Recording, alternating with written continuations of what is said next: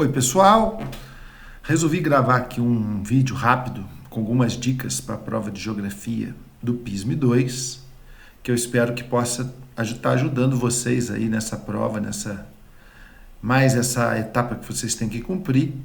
Então separei alguns palpites da matéria de Geografia, dos 4 bimestres, algumas para a gente relembrar, outras para até falar, se considerarmos aí o 4º bimestre, para que vocês possam ver pelo menos um assunto dentro daqueles que podem aparecer na prova. Vamos lá, pessoal. Bem, então, nos 3 primeiros bimestres, matérias que nós já trabalhamos em sala, eu vou relembrar aqui, mostrar algumas coisas para vocês e depois falar de um assunto do 4º bimestre que a gente ainda não trabalhou, esperando sempre poder ajudar vocês nisso aí. Então vamos começar. No primeiro bimestre nós trabalhamos demografia. Então um assunto grande que nós desenvolvemos durante todas aquelas aulas. E existem muitos assuntos que a banca pode querer trabalhar. Mas eu aposto uma possibilidade de vir a lembrança de que agora em novembro, no dia 13 de novembro desse ano, a ONU anunciou que a população mundial atingiu a marca de 8 bilhões de pessoas. Então isso é um assunto muito forte, é a primeira vez, na história do homem que a população do planeta atinge esse patamar. E aí tem uns certos assuntos que nós vimos em sala e que a banca pode querer trabalhar, e eu quero lembrar vocês aqui. Então reparem que esse gráfico que eu coloquei, ele traz aqui uma noção primeira que vocês têm que ter, que a população do planeta, ela levou muito tempo, desde o surgimento do homem até o presente, se levou muito tempo para atingir o primeiro bilhão de pessoas no planeta. Vocês podem ver no gráfico que esse bilhão só foi atingido aqui em 1800. Então você vê desde toda a história do homem, desde os primórdios da humanidade, durante todo o tempo pré-cristão e pós-Cristo, a gente levou esse tempo todo, praticamente toda a história, para atingir 1 bilhão de pessoas. Atingido esse 1 bilhão, necessitamos apenas de 130 anos, um século mais 30 anos, para atingir o 2º bilhão, que aconteceu em 1930, já no século XX, mas ainda antes da Segunda Guerra Mundial. Exatamente 30 anos depois, em 1960, o planeta Terra já tinha chegado a 3 bilhões de pessoas. E aqui eu chamo a atenção que após a Segunda Guerra Mundial, foi exatamente quando a humanidade entrou na fase da explosão demográfica, que vocês podem perceber no gráfico, que o tempo para atingir um novo bilhão, 4, 5, 6 bilhões, 7 bilhões, esse tempo foi cada vez menor, 13 anos, 12 anos e assim sucessivamente, Até chegarmos então no ano que nós nos encontramos, 2022, quando então atingimos o patamar de 8 bilhões de pessoas no planeta. Há uma previsão que até 2050 a população chegue aí em torno quase próximo, talvez 9 bilhões e meio de pessoas, e chegando a um máximo no planeta em 2058 de 10 bilhões de pessoas. Mas vocês podem reparar também que esse tempo agora para atingir um novo bilhão, ele começa a se alargar. Nós vamos precisar de cada vez mais tempo para atingir um novo bilhão. Ou seja, esse gráfico mostra para nós o intervalo de tempo que a humanidade fez a chamada transição demográfica, que é aquela teoria, aquela hipótese que explica como uma população de um país ou a população planetária, quais são as fases, as características de cada uma das fases para atingir um crescimento explosivo até haver uma diminuição desse crescimento, que é o que começa a se acenar hoje no mundo, como vocês estão vendo no gráfico aí. Aqui ao lado a gente percebe que a taxa de fecundidade no planeta, o número de bebês, a tendência é diminuição. Em 2008 nós tínhamos cerca de 270 bebês nascendo por minuto no planeta. Atualmente essa taxa caiu para 255 e lá em 2100 a gente deve ter uma taxa de 212 bebês nascendo por minuto, o que mostra aí uma diminuição das taxas de natalidade e fecundidade no planeta. Peço a vocês para lembrar, na revisão que vocês possam vir a fazer rápida, nessa véspera ou mesmo nesse dia da prova do PISM, que vocês retomem o estudo do que é o crescimento vegetativo, que é a diferença entre as taxas de natalidade e a taxa de mortalidade. Junto com essas taxas, também vale dar uma olhadinha na taxa de fecundidade, que é aquele parâmetro que a gente considera número médio de filhos por mulher em idade fértil. Então, essas 4 taxas, elas dialogam e explicam muito da realidade, tanto do planeta quanto de cada um dos países componentes dessa somatória que é a população do planeta Terra. Tá? Então, peço a vocês uma revisão disso rápida, vale a pena entender o que é taxa de natalidade, o que é taxa de mortalidade, como é que se calcula o crescimento vegetativo e a taxa de fecundidade. Junto a isso, vou dar uma ilustração melhor para você no próximo slide, que a gente vê aqui as fases da transição demográfica e as pirâmides demográficas, né? Uma hipótese, uma teoria que sempre cai nas provas e tem tudo a ver com essa coisa de ter atingido 8 bilhões de pessoas, e também o gráfico que expressa isso, que são as pirâmides. Vamos ver aqui no slide seguinte. Então, vocês estão vendo juntos aí as 5 fases da transição demográfica. Vamos lembrar lá, pessoal. Numa sociedade primitiva, rural, no estágio 1, nós vamos ter, então, casais tendo muitos filhos, então a população vai ter altíssimas taxas de natalidade, mas em função da precária condição de vida, né, não ter o controle sobre as doenças, uma vida rural, um índice de analfabetismo muito grande, né, hábitos de higiene precarizados, etc, etc, etc, isso faz então que a mortalidade também seja alta. Repare que no estágio 1 da transição demográfica, em sociedades primitivas, tanto a mortalidade quanto a natalidade, elas são altas e uma anula a outra, com a natalidade um pouco superior. Nesse cenário, a população cresce, ela é positiva, mas cresce num ritmo muito lento, como vocês estão vendo aqui, e a pirâmide demográfica que retrata essa situação é aquela pirâmide com esse formato, quando vocês estão vendo, uma base larga, indicando altas taxas de natalidade, tanto do lado masculino, né, quanto do lado feminino, e um estreitamento muito forte da pirâmide já aqui na faixa adulta, né, que forma aqui o meio da pirâmide, o corpo da pirâmide, já um estreitamento mostrando que as pessoas têm pouca expectativa de vida. Elas morrem já ali na fase final da fase jovem, já na fase adulta, e poucos indivíduos dessa população na fase 1 chegam à chamada terceira idade. Então essa é a pirâmide aqui. Quando há um desenvolvimento social, isso acontece em todas as sociedades, quando há, por exemplo, a saída do homem do campo em direção à cidade, o acesso ao meio de vida urbano, rapidamente a taxa de mortalidade vai começar a cair. Ao ter acesso a condições que preservam mais a vida, entendo aí, controle de doenças, água tratada, esgoto, acesso à educação, a métodos médicos, rapidamente a mortalidade cai, coisa que não vai acontecer imediatamente com a natalidade. Para a natalidade cair, além de melhorar a qualidade de vida, é necessário também que haja uma mudança cultural, e essa mudança cultural leva gerações para ocorrer.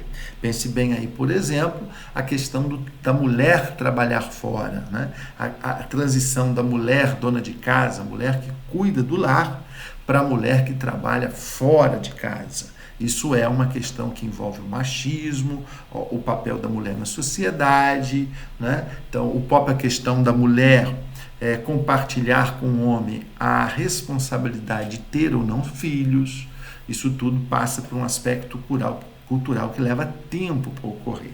Então, na fase 2, é a fase que a gente tem, então, o rápido crescimento, a chamada explosão demográfica, que se inicia na fase 2 e ainda se mantém um pouco, podemos ver essa distância entre a taxa de natalidade alta, com uma taxa de mortalidade baixa ou já em queda ou já baixa. Essa distância que vocês veem no gráfico mostra então o que a gente chama de explosão demográfica.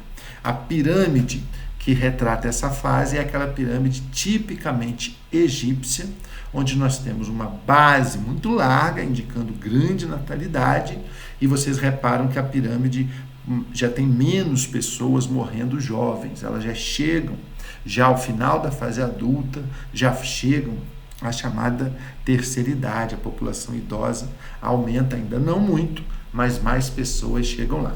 Esse é um momento explosivo que a gente caracteriza então como o crescimento acelerado. Repara aqui na curva da população total, como que a população cresce nessa fase 2 e na fase 3.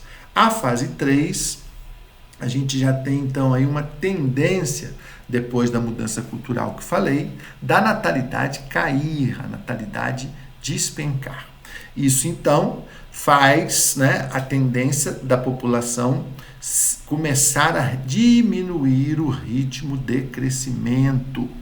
Então nós vamos ter ainda um forte crescimento, mas já com o pé no freio. É o que acontece no mundo hoje.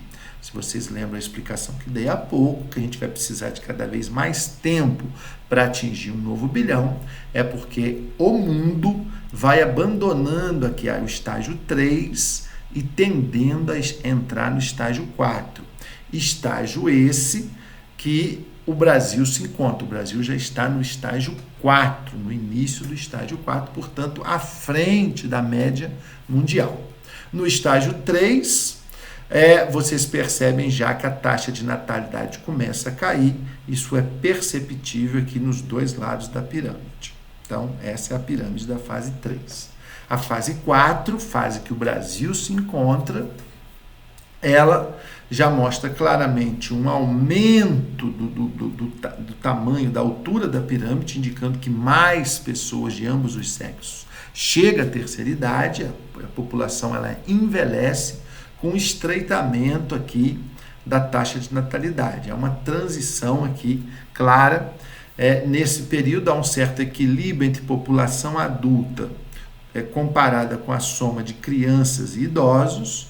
Então a gente tem nessa fase 4 o que a gente chama de janela de oportunidade demográfica, o chamado bônus demográfico, que é a melhor condição para um país se desenvolver, onde ele tem um número de população adulta, portanto, economicamente ativa, equilibrada com a população economicamente inativa, formada por crianças e aposentados e idosos. Então, aqui que se dá o bônus demográfico, a janela de oportunidades. E já transitando aqui da fase 4, do final da fase 4, entrando na fase 5, é o que nós temos, os países mais desenvolvidos do mundo já estão nessa transição da 4 para 5, onde você vai ter a possibilidade de a população parar de crescer, já que as taxas de natalidade elas são muito baixas e as taxas de mortalidade então se equilibram, a população para de crescer e envelhece, causando aí várias questões, como falta de mão de obra e outros problemas, né? Você vai ter que fazer campanhas de convencimento da população a voltar a ter filhos, entra uma série de questões de necessidade de talvez importar mão de obra, o que pode gerar outros efeitos, por exemplo, a questão xenofóbica que ocorre em muitos desses países, quando você tem a recepção de imigrantes, em geral, oriundos de países mais pobres. Então, nós temos aí a quinta fase, que nós estamos, alguns países estão no início dela e é difícil até mensurar o que pode acontecer no futuro, já seria um exercício de futurologia que a gente não vai fazer aqui. Então, por favor, nesse assunto, lembrem das fases, as características e os contextos de mudança das taxas de natalidade e mortalidade em cada uma dessas fases e o reflexo das pirâmides que se encontra aí relacionado. Vamos então para um outro assunto.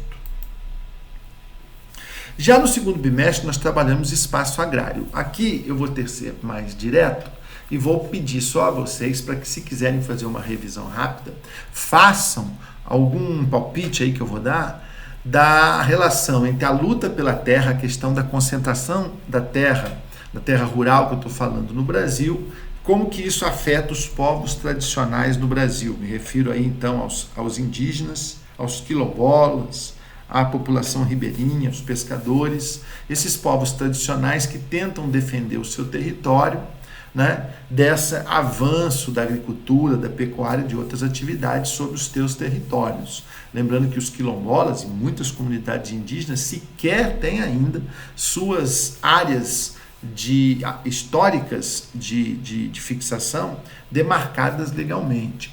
Os índios têm isso de forma mais estruturada, existem muitas reservas indígenas no Brasil, mas ainda tem muitos povos que lutam por isso. Os quilombolas, aí entrando até na questão do racismo estrutural, ainda sofrem mais com isso, porque arrastam outro tipo de preconceito, e etc. Então, a dica é, se você quiser relembrar alguma coisa no seu material, no seu livro, lá no mural da sua turma, faça uma rememoração de por que a terra no Brasil sempre foi muito concentrada na mão de poucos, né?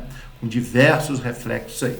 Então, vocês podem remontar lá a questão das capitanias hereditárias, as sesmarias, a importância da lei de terras, em 1850, ali no momento pré-abolição da escravatura, com a chegada dos imigrantes, o que os barões do café, a elite brasileira, aprovou essa lei que a princípio era para favorecer o acesso à terra, mas que na prática funcionou como um mecanismo de afastar qualquer possibilidade das terras no Brasil serem de acesso da população como um todo.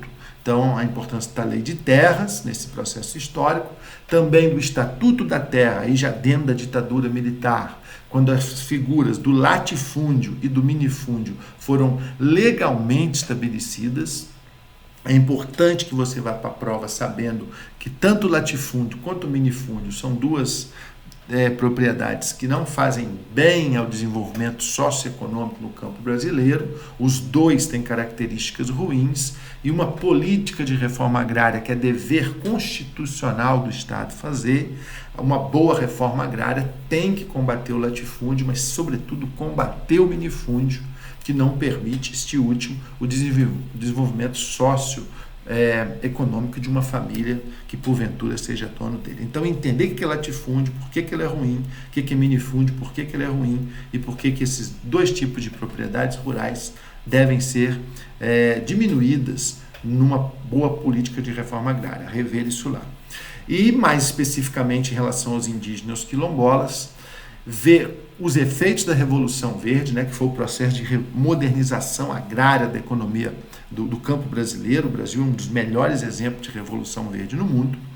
Ver como que esse avanço do agronegócio, como que foi a entrada, né, o domínio do Brasil central e hoje chegando na Amazônia, essa agropecuária mais moderna, sobre essas regiões, como é que isso afetou as comunidades, afetou e afeta as comunidades indígenas e também a luta dos quilombolas pela preservação da sua história e das suas terras. Então, ver esse impacto, sobretudo lembrando do desmatamento e da descaracterização cultural que ocorre sobre esses povos tradicionais, e aí a charge que está aqui de alguma maneira ironiza de forma sarcástica esse contexto. É importante que vocês lembrem disso. Esse assunto povos tradicionais, que vocês viram caiu até na prova do Enem, está muito em voga hoje, sobretudo em função aí dos últimos acontecimentos desse governo que chega ao fim agora.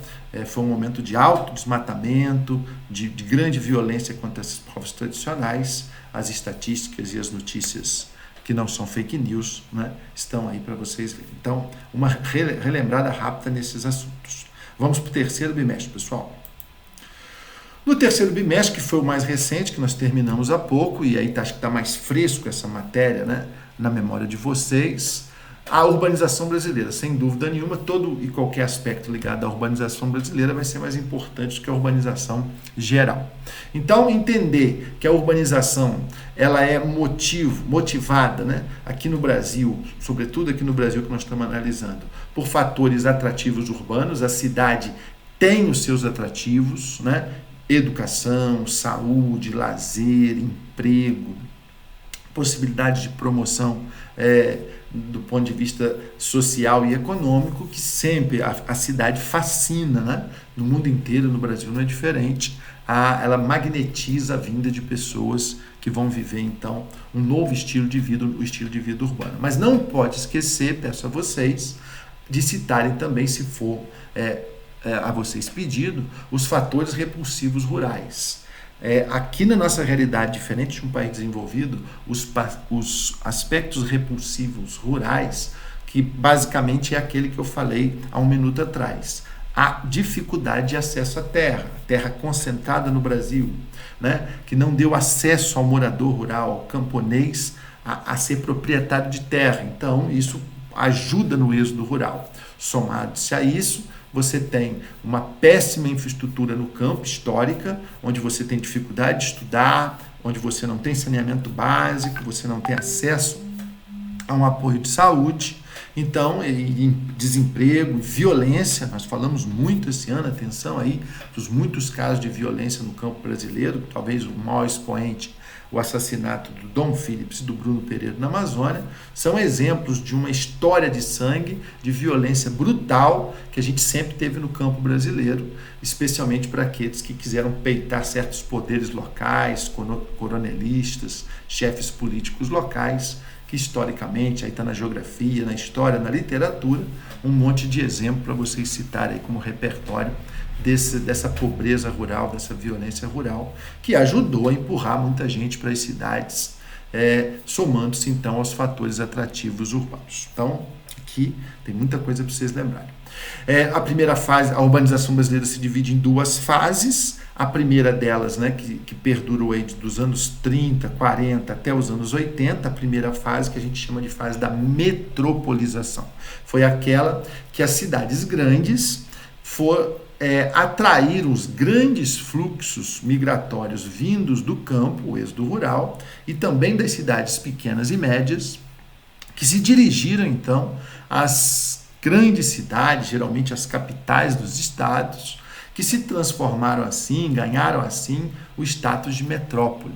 Aquela cidade, né, com cidades conurbadas em volta delas, formando regiões metropolitanas, cidades gigantescas, com milhões de habitantes que nós temos aí, que não são muitas no Brasil, mas as que nós temos são realmente cidades que estão na lista das maiores do mundo, especialmente São Paulo, Rio e Brasília hoje, que é uma cidade que vocês veem recente, foi criada nos anos 60 e já é hoje a terceira maior cidade em população do Brasil, a capital federal. Então, a fase da metropolização, do crescimento urbano, vocês têm que lembrar essas características, esse contexto. E a partir do final dos anos 80 e início dos anos 90, um novo momento da urbanização brasileira que a gente vai chamar de desmetropolização. Essa desmetropolização é marcada pelo menor crescimento das metrópoles, que continuam crescendo, mas num ritmo menor, dando lugar à liderança nesse processo de crescimento às cidades médias, que são, então, nesse intervalo de tempo que vai até os dias de hoje, as cidades que proporcionalmente mais crescem, mais atraem novos habitantes, em função, sobretudo, de um fator. As cidades metrópoles, elas ficaram muito problemáticas, com diversos problemas urbanos, especialmente a questão do custo de vida nessas cidades. Isso envolve tanto o custo de vida para pessoas, mas também custos de produção para empresas, né? Então, muitas empresas, muitas fábricas começaram a sair da cidade grande, da metrópole, e buscar, então, cidades de porte médio para fazer essas instalações. Isso gerou, do ponto de vista migratório, uma saída também de pessoas das metrópoles, que se mudam para as cidades médias, e na outra ponta da história você tem o êxodo rural agora se dirigindo para as cidades médias e a saída de pessoas de cidades pequenas também indo para as cidades médias. Esse processo está fazendo as cidades crescerem muito, as cidades médias. Juiz de Fora é um excelente exemplo dessa situação, e a tendência é que essas cidades médias possam até em breve, algumas delas, se ganharem o porte de uma metrópole. Tá? Então, lembra aí as duas fases da metropolização com as suas características e a desmetropolização com características um tanto quanto diferentes. Como o grande fator aí que resume essa parte do espaço urbano, favor lembrar da questão da segregação socioespacial nas cidades brasileiras. Se a sociedade brasileira é desigual do ponto de vista socioeconômico, o espaço urbano criado por essa sociedade desigual também vai se mostrar segregado, separado. A questão importante das cidades, tanto nas metrópoles quanto nas cidades médias e até mesmo às vezes em cidades pequenas, você vê claramente uma separação entre áreas da cidade melhor estruturadas, que são geralmente mais próximas do centro, e as áreas periféricas, as mais distantes do centro, que são precárias, que são cheias de problemas, de carências, né? E que fazem das cidades brasileiras ter essa característica ruim. Então, entender as causas, que são as causas socioeconômicas, históricas, e os efeitos. Os efeitos, a gente pode citar aí a questão da péssima mobilidade urbana para muitos dos moradores da cidade, você pode citar violência, você pode citar o processo do déficit habitacional, entre outras carências educacionais, de acesso à saúde, as precariedades. A cidade formal, a cidade que é bem estruturada, né, onde vivem aqueles que têm melhor condição econômica, e a chamada cidade informal, a cidade precária, distante ou que habita as zonas de risco, as áreas precárias, as beiras de rios, as encostas, que estão sempre sujeitas a tragédias em potencial. Então, lembrar disso. E como dica, não vou explicar mais, mas falar para vocês aí, um palpite que a gente trabalhou muito, fizemos até algum trabalho, sobre o fenômeno da gentrificação. Então, fiquem atentos com isso. A gentrificação pode ser trabalhada, se cair, vou ficar bastante satisfeito. Vamos então, para a gente ir fechando esse bate-papo, para o quarto bimestre e trazer aqui uma matéria que vocês não viram ainda. Vamos lá, no quarto bimestre nossa programação é falar de indústria. Esse assunto ele pode ser um pouco dividido com coisas que vocês já viram na matéria de história, por exemplo, vocês já trabalharam com os professores de vocês a Revolução Industrial Inglesa, a primeira revolução, né? Talvez alguma coisa já sobre industrialização brasileira, que eu também falarei, mas antes da prova do PISM não tive chance. E também a questão do mundo do trabalho, que é a questão aí das relações de trabalho, a exploração do trabalho, né, a relação capital-trabalho, que vocês podem ter visto alguma coisa na sociologia.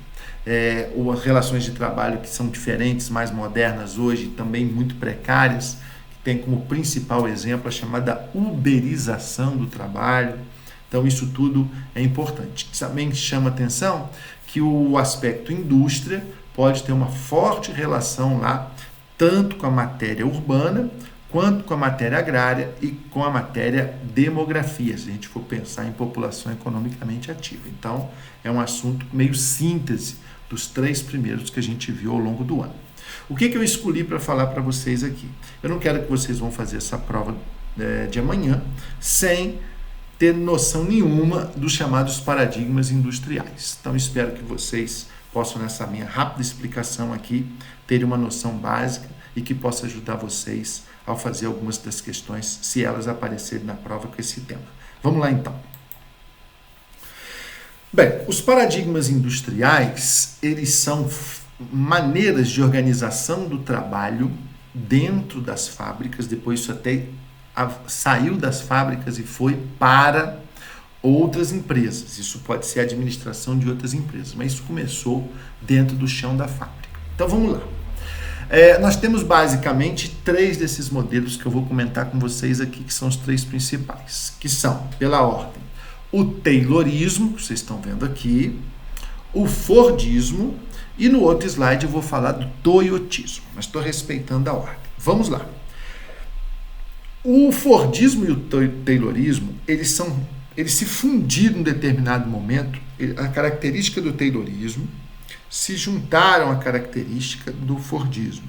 E isso marca, então, uma mudança da indústria que vai dar origem à segunda revolução industrial. Então, guardem aí. Modelo Fordismo Taylorista.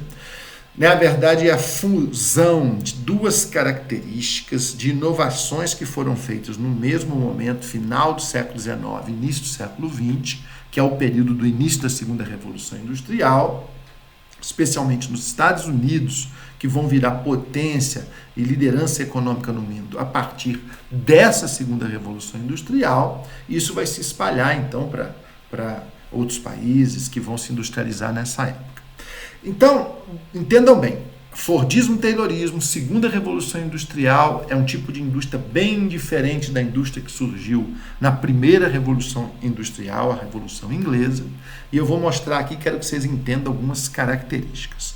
A primeira coisa que eu quero que vocês saibam aqui é guardar uma frase que é a melhor frase possível, é um ditado americano que ilustra muito bem o que aconteceu nessa fase, que é exatamente está nessa figura, nessa propaganda aqui, que time is money, tempo é dinheiro. Tá? Essa é a melhor ideia para você compreender Fordismo e Taylorismo. Vamos pela ordem. Existia um engenheiro americano chamado Frederick Taylor, daí que vem o nome Taylorismo. O Taylor, ele escreveu um livro, chamado Administração Científica do Trabalho. Ele entendia que se você colocasse a ciência, colocasse os princípios da administração, organizando melhor as fábricas da época, você poderia, então, aplicando alguns ajustes, tendo um aspecto mais científico na organização do trabalho no interior da fábrica, você teria um ganho de produtividade, ou seja, você conseguiria produzir mais gastando menos tempo, você ganharia em eficiência. Isso hoje é uma coisa meio óbvia, mas para a época foi uma grande inovação. Então, nesse livro, Princípios da Administração Científica, o Taylor colocou algumas ideias. A obsessão dele era ganho de produtividade. Primeira coisa que traz no livro dele é que ele sugeria que os trabalhadores, os operários das fábricas, não poderiam fazer mais do que 2, 3 tarefas. Era o que acontecia. Às vezes, um mesmo funcionário fazia mais de uma tarefa, ele se deslocava, se desdobrava em diferentes atribuições dentro da fábrica. Na visão do Taylor, isso era uma perda de eficiência, uma perda de tempo. Existia espaço para que isso fosse otimizado. Então, ele sugere no livro dele que um determinado operário deve fazer apenas tarefas mais simples possíveis e de forma cada vez mais repetitiva. Apostando no princípio que, se a tarefa é simples e ele só vai fazer esta tarefa, ele vai cada vez fazendo aquela tarefa num ritmo mais rápido. Se todos da fábrica fizessem assim, de maneira geral, existiria um ganho de tempo. E time is money, como eu estou falando. Outra inovação que ele coloca no livro é cronometrar as tarefas, ter tempo de execução para essas tarefas simples e repetitivas. Para isso, houve a necessidade da separação do trabalho pensante do trabalho braçal. O que é isso? É você ter funcionários observando aqueles que fazem o trabalho braçal.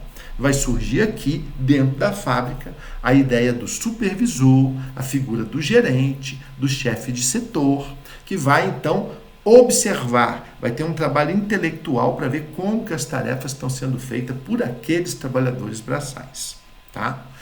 E, logicamente, ao observar isso, premiar uma grande inovação que não existia na Revolução Industrial Inglesa e passa a ter aqui na Revolução do Fordismo e Taylorismo, que é recompensar com bônus, com promoções, com aumento de salário, aqueles operários que conseguissem maior eficiência, né? Muitas vezes esse funcionário viraria ele próprio o supervisor daquele setor da fábrica, ensinando aos outros como fazer isso de forma mais eficiente. Então, essa de forma muito sintética foram as ideias que o Taylor colocou no livro dele. Este livro foi lido, né, por um grande empresário da época, um homem mais rico dos Estados Unidos até então, que era o Henry Ford, tá? Da onde deriva o nome Fordismo. Ao ter contato, conhecimento com as ideias preconizadas pelo Taylor, o Ford pega essas ideias e vai implementá-las, aplicá-las dentro da sua fábrica de automóveis. O Henry Ford era um industrial, né? O inventor do automóvel para os americanos, e tinha sua fábrica, a Ford, que da onde deriva esse nome aí. Além de pegar as ideias, aplicar as ideias do Ford dentro da sua fábrica, o Ford ainda inovou, criando ele próprio inovações. A grande inovação, sem dúvida nenhuma, que foi o Henry Ford que criou a linha de montagem, ou seja, a esteira rolante, que otimizou ainda mais o ganho de tempo. Time is money, onde o funcionário não andaria mais no processo de fabricação de um produto, ele ficaria parado e o produto que estaria montado em cada uma das fases passaria em frente o operário e ele então executaria aquela tarefa simples e repetitivas proposta lá pelo Taylor. Então ele casou as ideias dele com as ideias do Taylor. Então a linha de montagem surge aí e revoluciona a história da indústria. Isso então apostando numa produção em massa, produzir em larga escala, mais você ganhou produtividade e ritmo nisso, né? Os produtos padronizados, você não tinha aquela história de fazer produtos muito diferentes, não, você fazia um produto, um ou dois modelos no máximo, de preferência um só, aquele que fosse mais fácil de ser produzido.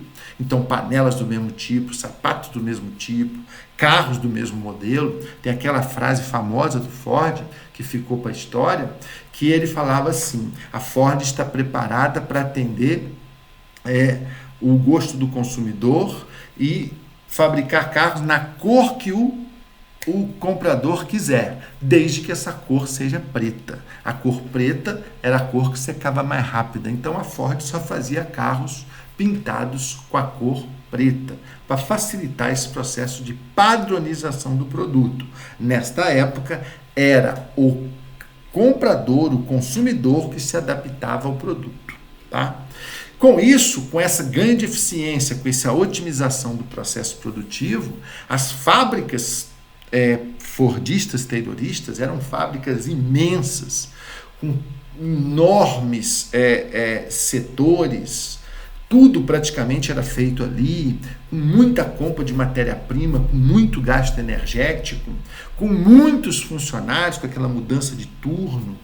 E, logicamente, é a fábrica fordista, taylorista, que empregava tanta gente, que despertou muito o êxodo rural, a ida para essas cidades que contavam com essas fábricas. E a gente pode, então, fazer uma relação entre fábricas fordistas, tayloristas e metropolização. E o surgimento das cidades grandes tem muito a ver com esse processo. Aí vocês estão vendo aqui a famosa cena do filme Tempos Modernos, onde o Chaplin vai ironizar nessa obra-prima do cinema mudo exatamente essa transformação do homem no ritmo da máquina. Máquina essa, esteira essa, que era controlada pelo patrão. Essa cena é, sem dúvida nenhuma, um marco da história do cinema e de crítica que o Chaplin fez ao modelo fordista-taylorista. A pergunta que ficava filosófica é: a máquina servindo o homem ou o homem servindo a máquina? E mais do que isso, a máquina sendo controlada por quem? Pelo capital, pelo lucro, pelo patrão. Então, tem aí a questão dos sindicatos que vão surgir, né? Muitos funcionários trabalhando, então os sindicatos tinham muita força e todo o processo que vem daí. Uma característica interessante para a gente terminar aqui o Fordismo Taylorismo é que também, como ele se apostava em produção em massa, você tinha que ter também consumo em massa. E para sustentar um consumo maciço do que era produzido em larga escala, uma das coisas que o modelo fordista também estimulava era o aumento dos salários. Que os funcionários, quando saíssem, pendurassem os macacões e fossem para casa, tivessem condições, né, mínimas de salário para eles próprios serem os consumidores daquilo que era produzido. Então, estimular o consumismo, estimular a compra, muitas vezes até desnecessária. Vocês veem aí o American Way of Life, que é o estilo de vida americano baseado no consumo, que tem no Natal talvez seu símbolo máximo, né? Ou a questão do consumo, vamos comprar casas grandes, carros grandes, muito consumo, muita matéria-prima, muita energia. E isso então vai marcando aí o Fordismo Taylorismo, que foi sem dúvida transformador da paisagem urbana e do cenário industrial no mundo. Né? A própria crise de 29, sem querer entrar muito na história aqui, mas lembra, foi uma crise do Fordismo Taylorismo.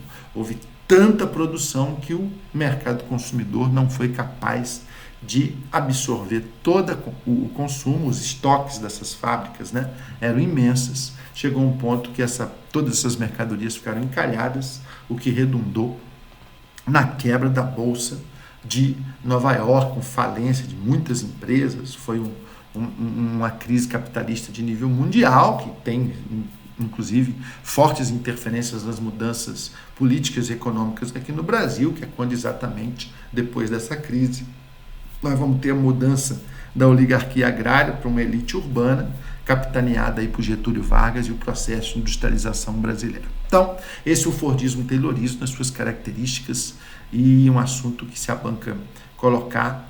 Eu espero que minimamente vocês possam aqui lembrar de uma dessas ideias que eu estou passando para vocês, tá bom? Para fechar, vamos passar aqui para a terceira revolução industrial, onde nós temos aqui um novo modelo que surgiu no Japão, dentro da fábrica da Toyota, daí o nome Toyotismo, que é um modelo que vem com outras características depois da Segunda Guerra Mundial. O Japão destruído pela Segunda Guerra, no processo de reconstrução do país, esse modelo vai surgir, as grandes empresas japonesas apoiadas pelo Estado japonês, elas vão ter então todo um papel de retomada, de reconstrução do país, e a Toyota ganha essa força, é a maior empresa japonesa até hoje, e atua em vários ramos, não só no automobilístico. Mas no automobilístico vai surgir dentro da fábrica da Toyota um modelo novo que vem então a substituir o Fordismo Taylorismo, não só no Japão, mas esse modelo vai ser tão bem sucedido que vai se espalhar pelo mundo, e a gente vai ter então o chamado modelo pós-fordista. Se vocês encontrarem essa expressão na prova, pós-fordismo, conhecido também como toyotismo ou sistema flexível, tá? Bem, é um mundo novo, diferente, pós-Segunda Guerra, onde nós já vamos ter então acesso à informática e à robotização. E isso, essas fábricas mais tecnológicas vão incorporar diretamente a informática e a robotização dentro do processo produtivo. Vejam aí essa imagem que eu acabo de mostrar, são autômatos, são robôs no processo de montagem de uma linha aqui de montagem de carros. Repara que a linha de montagem do Ford continua dentro do toyotismo. A busca pela produtividade continua. Nem tudo é superado no modelo novo. Algumas características do antigo são incorporadas pelo toyotismo. Aí vocês estão falando, linha de montagem, busca pela produtividade. Mas veja bem, em vez de ser trabalhadores, em alguns setores da fábrica nós vamos ter robôs, nós vamos ter computadores controlando o processo de fabricação, o que sem dúvida nenhuma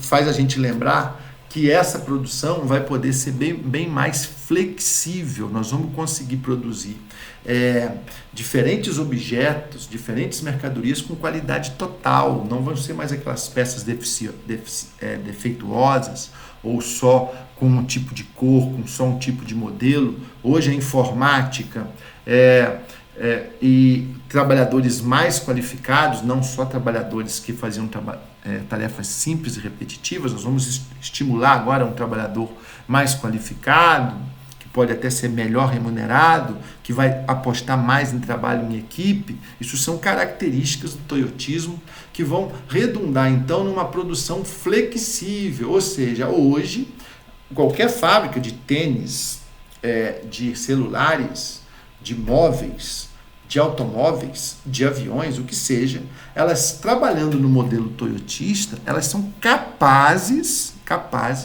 de atender o gosto do cliente, desde que ele esteja disposto a pagar aquele produto customizado, né? Do jeito que ele quer. Então, um cor, um modelo, um tipo, bem, vocês quando vão configurar em um celular, vocês vão comprar o celular pela internet, vocês fazem isso, né? A própria empresa dá 1000 possibilidades de você configurar o seu aparelho. E aí, a ideia aqui é o seguinte, tá? O modelo toyotista, ele trabalha numa produção sob demanda. É o que se chama em inglês de just in time, fabricar no tempo certo. Atenção para a grande característica, a grande inovação desse modelo. No Fordismo, Taylorismo, primeiro se fabricava, depois se vendia. Daí os estoques muito grandes.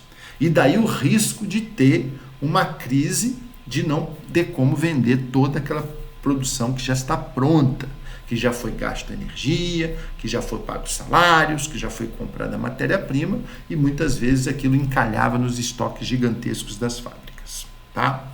Então, para evitar isso, o modelo toyotismo, apoiado então em novas características tecnológicas de comunicação, transporte, ela vai fazer a produção sob demanda, que quer de toda maneira evitar gastos desnecessários, compra de materiais desnecessários, evitar desperdícios e evitar, então, a presença de estoques nas fábricas. Você não tem que ter estoque, você tem que cortar desperdício e cortar estoques. E para isso você tem que fazer uma produção sob demanda, ou seja, antes de fabricar o produto, você tem que vendê-lo.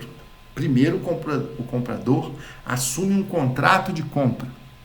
As facilidades bancárias, cartão de crédito, contratos, hoje a gente pode falar compra pela internet, Pix, o que seja, né? Que são as novidades aí que o mundo financeiro oferece. Então, primeiro se vende o produto, se contrata o produto, para depois, então, ele ser feito. Se um determinado comprador pede para fazer, quer comprar 2 carros, a empresa lá na ponta, depois do contrato assinado, ela vai comprar a quantidade de peças, a quantidade de insumos para fazer apenas 2 carros. Então, os carros já estão vendidos, né? Não há risco de superprodução, não há estoque parado, que é capital empatado na fábrica. É isso que se chama de produção sob demanda e é o famoso just in time, que marca o toyotismo, uma grande inovação. Então, o corte de custos, muitas vezes a fábrica ela não vai ser tão grande, geralmente não é como eram as fábricas fordistas, tayloristas, já que essas fábricas vão ser menores, elas não vão fabricar todas as etapas do processo. Há possibilidade, então, de terceirizar, ou seja, você passa a fabricação de uma determinada peça que vai ser usada no processo produtivo, para uma outra empresa. Você vai comprar a peça dela, a peça já vai vir pronta e você vai apenas colocar na linha de montagem, tá?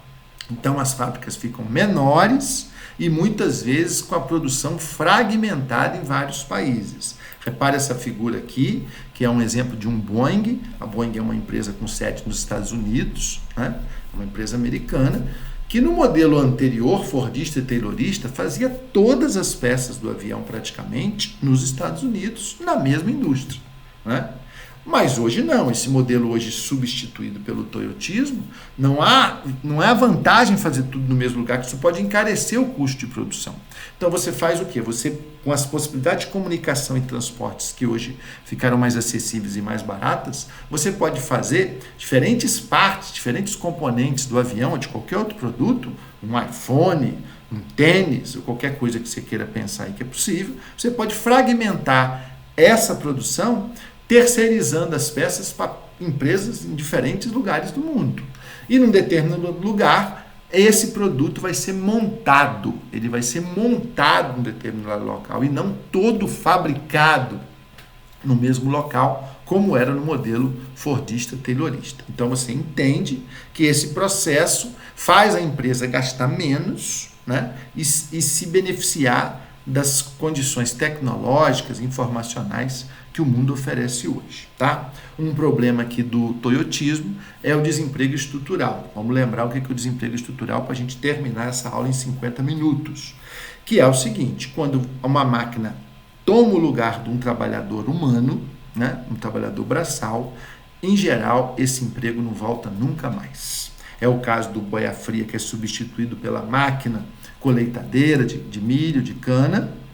É o caso dentro de uma fábrica, quando um robô desses que vocês estão vendo aí toma o lugar de um operário, de uma pessoa. Esse é o desemprego estrutural, que diminui então o tamanho das fábricas, o número de empregados trabalhando no setor secundário, que é o setor da indústria, e por relação direta diminui também a força dos sindicatos de trabalhadores em fábricas, já que há muito menos pessoas trabalhando e, portanto, com menos empregados, os sindicatos perdem força aí de luta para fazer uma mediação com os patrões, com os empresários, tá?